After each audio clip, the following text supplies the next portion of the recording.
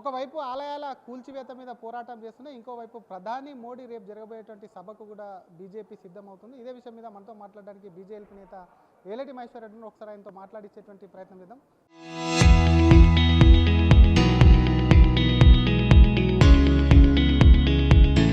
Sir, రేపు ప్రధాని రాబోతున్నారు. ఇప్పటికే భారీగా ఏర్పాట్లు అయితే ఎలా ఉండబోతుంది సభ, ఏం చెప్పాలనుకుంటున్నారు? 5 రాష్ట్రాల ఎన్నికల తర్వాత తెలంగాణ రాష్ట్రానికి విచ్చేస్తున్న నరేంద్ర మోడీ గారిని ఘన స్వాగతం పలకడానికి అన్ని ప్రాంతాల నుంచి, అన్ని జిల్లాల నుంచి లక్షలాదిగా తరలి వస్తూ ఉన్నారు. నరేంద్ర మోడీ గారు ఒకటొకటిగా విజయకేతనం ఎగరవేస్తూ మొన్నటికి మొన్న జరిగినటువంటి ఎన్నికల్లో అస్సాం, పాండిచేరితో పాటు వెస్ట్ బెంగాల్లో విజయకేతనం ఎగరేసి నేరుగా తెలంగాణ రాష్ట్రానికి రావడం అనేది ఒకవైపు నేనున్నానని భరోసా ఇవ్వడమే కాకుండా తెలంగాణ ప్రజలకు దిశ నిర్దేశించి మనం కోరుకున్నటువంటి తెలంగాణ ప్రజలు కోరుకున్నటువంటి నిజమైనటువంటి తెలంగాణ డబుల్ ఇంజన్ సర్కార్ వల్ల సాధ్యమవుతుంది అన్నటువంటి ఒక సందేశం ఇవ్వడానికి వారు రావడం జరుగుతూ ఉన్నది.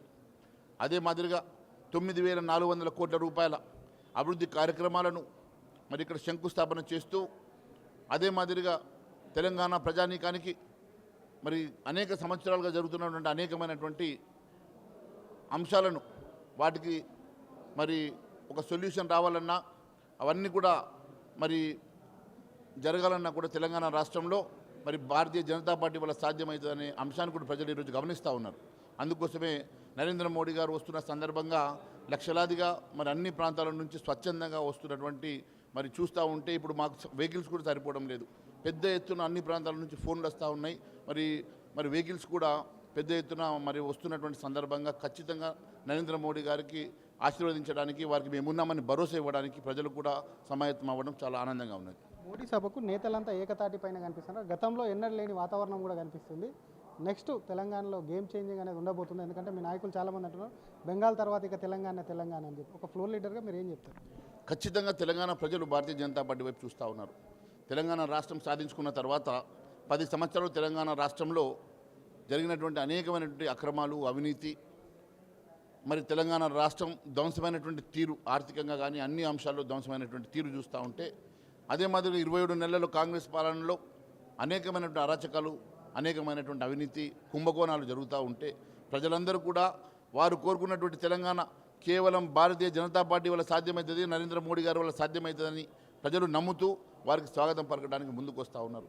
మరి ఈరోజు అసాధ్యం అనుకున్నటువంటి వెస్ట్ బెంగాల్లో ఈరోజు నరేంద్ర మోడీ గారు అక్కడ నిజమైనటువంటి మరి ఒక సర్కారును ఏర్పాటు చేసి మరి అక్కడ వాస్తవంగా అనేకమైన అంశాలు, అక్కడ కూడా ఇన్ఫిల్ట్రేషన్ అంశాలు ఉండే, మరి అక్కడ ఉన్నటువంటి పావర్టీ అంశాలు ఉండే, అనేకంగా అరాచకాలు, అనేకమైనటువంటి మరి హత్యలు, మానభంగాలు జరిగినటువంటి అంశాలు ఉండే. వాటన్నిటికీ కూడా మరి పర్మనెంట్గా ఫుల్ స్టాప్ పెట్టాలని అంటే అక్కడ భారతీయ జనతా పార్టీ అధికారం రావడం మరి చాలా అవసరం ఉండే. కాబట్టి మరి అక్కడ భారతీయ జనతా పార్టీ జెండా ఎగిరేసిన తర్వాత నేరుగా మరి అదే తరాలో ఉన్నటువంటి తెలంగాణ రాష్ట్రంలో భారతీయ జనతా పార్టీ పాగా వేయడానికి ఇక్కడ ఖచ్చితంగా ప్రజలకు నేనున్నానని భరోసా ఇచ్చి అండగా ఉండడానికి వారు రావడం చాలా సంతోషంగా ఉన్నది. ఇంకోవైపు నిన్న శివాలయం కూల్చివేతకు సంబంధించి వరంగల్ జిల్లాలో పర్యటించారు. దానికి సంబంధించి కేంద్రానికి ఏదన్నా నివేదిక ఇస్తారా, ఏం చెప్తారు? 800 సంవత్సరాల చరిత్ర ఉన్నటువంటి ఆలయాన్ని కూల్చివేయడం అనేది ఇది కొత్త కాదు ఈ కాంగ్రెస్ ప్రభుత్వానికి. ఈరోజు కాంగ్రెస్ పార్టీ ఒక ముస్లిం లీగ్ పార్టీగా మారి 27 నెలల్లో దాదాపు 13 గుళ్లను ధ్వంసం చేసినటువంటి చరిత్ర వీళ్ళది. ఒకవైపు భారతీయ జనతా పార్టీ అనేకంగా గుళ్ళు నిర్మాణం చేస్తూ కాశీ నుంచి కన్యాకుమారి వరకు, కశ్మీర్ నుంచి కన్యాకుమారి వరకు మీరు ఏ కారిడార్ తీసుకున్నా కూడా మరి అనేకమైనటువంటి కొత్త నిర్మాణాలు, మీరు రామాలయ నిర్మాణం అయితేనేమి, కాశీలో కారిడార్ అయితేనేమి, మరి కేదార్నాథ్ కానీ, బద్రీనాథ్ కానీ, ఇక్కడ ఉన్నటువంటి రామపాలయం కానీ, రామపాలయానికి మరి హెరిటేజ్ స్టేటస్ యునెస్కో దగ్గర ఇప్పించినటువంటి ఘనత కూడా భారతీయ జనతా పార్టీది. అంతేకాదు 1000 స్తంభాల గుడి చూసుకుంటే ఈరోజు 1000 స్తంభాల గుడికి 40 కోట్ల రూపాయలు ఇచ్చేసి దాన్ని మరి పునరుద్ధరణ చేస్తూ ఉంటే వీరు ఈరోజు ఉన్నటువంటి పురాతనమైనటువంటి 800 సంవత్సరాల చరిత్ర ఉన్నటువంటి ఆలయాన్ని నేలమట్టం చేసినటువంటి చరిత్ర వీళ్ళది. వీళ్ళు ఈరోజు గజనీ బావర్ లాగా ఈరోజు వాళ్ళ వారసత్వాన్ని ఉనికి పుంజుకొని ఈరోజు తెలంగాణ రాష్ట్రంలో ఒక ముస్లిం లీగ్ పార్టీగా మారినటువంటి కాంగ్రెస్ పార్టీ కేవలం గుళ్లను ధ్వంసం చేయడానికే ఉన్నట్టుగా మరొకటొకటిగా గుళ్లను ధ్వంసం చేస్తూ ఉన్నారు. ఎట్టి పరిస్థితుల్లో ఊరుకునే సమస్య లేదు.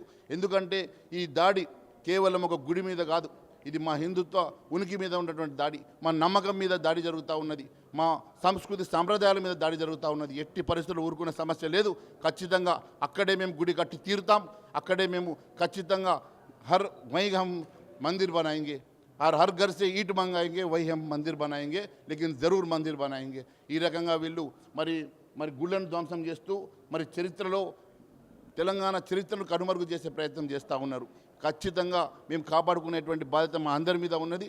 ఇది ఖచ్చితంగా రాజ్యాంగబద్ధంగా కూడా మరి వారు కాపాడాల్సినటువంటి ఈ చరిత్రను వాళ్ళు కాలరాయడం అనేది చాలా బాధాకరంగా ఉన్నది. ఖచ్చితంగా మేము మరి భారతీయ జనతా పార్టీ అక్కడే గుడి కట్టడానికి నిర్ణయించుకున్నాం. అక్కడే గుడి కట్టి తీరుతామని తెలియదు. చివరిగా ఒకవైపు బీసీలు క్యాస్ట్ సెన్సెస్లో కులగన్న చేయాలని ఒకవైపు హనుమంతరావు ఆమరణ నిరాదీక్షలు, ఇంకోవైపు ప్రాజెక్టులకు నేషనల్ హోదా ఇవ్వాలి అని చెప్పి కూడా ఇంకోవైపు కాంగ్రెస్ డిమాండ్ చేస్తుంది. ఎలా చూస్తారు మోడీ సభకు సంబంధించి? చూడండి, కాంగ్రెస్ పార్టీకి ఏమీ ఇలా తోస్తలేదు. మొత్తం రాష్ట్రాల్లో ఒక్కటొక్కటిగా రాష్ట్రాలన్నీ కూడా చేజారిపోతూ వాళ్ళు ఈరోజు మతి స్థిమితం లేని పరిస్థితిలో కాంగ్రెస్ పార్టీ ఉన్నది. కాంగ్రెస్ పార్టీ ఒక రీజనల్ పార్టీగా ముస్లిం లీగ్ పార్టీగా మారిపోయింది. అలాంటి పార్టీ నాయకుల మీద మాట్లాడేంత అవసరం మాకు లేదనుకుంటున్నాను. Thank you sir. ఇది అసలు కాంగ్రెస్ పార్టీ నేతలు మోడీ టూర్పై మాట్లాడే వాళ్ళ డిమాండ్స్ ఏవైతే ఉన్నాయో అటువంటి పార్టీ మీద అది ఒక రీజనల్ పార్టీగా వ్యవహరిస్తుంది కాబట్టి ఆ పార్టీ మీద మాట్లాడాల్సిన అవసరం లేదంటూనే మోడీ టూర్కు సంబంధించి స్వచ్ఛందంగా ప్రజలు లక్షల్లో వచ్చి తరలి వస్తారు. ఇప్పటికే దానికి సంబంధించి ట్రాన్స్పోర్ట్కు సరిపోయినటువంటి వెహికల్స్ కూడా సరిపోతలేవని చెప్తూనే మరొక పక్క అటు ఆలయాలపై జరుగుతున్నటువంటి దాడి ముస్లిం లీగ్గా కాంగ్రెస్ పార్టీ మారిందని చెప్తూనే మోడీ టూర్ అనంతరం కూడా తెలంగాణ రాజకీయాల్లో మార్పు ఉండబోతుందని చెప్పి కూడా బీజేఎల్పీ నేత ఎలేటి మహేశ్వర్ రెడ్డి విశ్వాసం వ్యక్తం చేస్తున్నారు. కెమెరామ్యాన్ గజబ్తో శ్రీధర్, RTV, హైదరాబాద్.